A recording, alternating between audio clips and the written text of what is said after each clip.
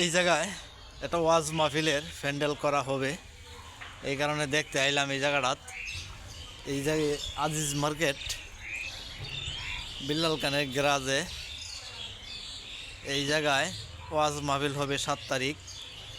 তাই এখানে প্যান্ডেল করবো, তো এখানে চেয়ার টেবিল আইনে রাখা হয়েছে। এই যে দেখেন, আচ্ছা আমরা কাজ করতে আইলাম জায়গায়, কিন্তু বাতাসে প্রচুর পরিমাণ বাতাস, ঠান্ডা লাগে অনেক। ভাই দেখেন জ্যাকেট ম্যাকেট লাগাই লইছি। আর গোসল তো মনে হয় যে 3 দিন ধরে আমি করি না। আপনারা কারা কয়দিন ধরে গোসল করেন না আমাকে কমেন্টে বলবেন, ঠিক আছে? দরকার হয় আমি গরম পানি করে দেব, তবু গোসল করতে হবে ভাই। গোসল না করলে শরীর পাক থাকে না, বুঝছেন? পাক পবিত্র থাকতে হবে আমরা মুসলমান। ধন্যবাদ, সকলে ভালো থাকবেন।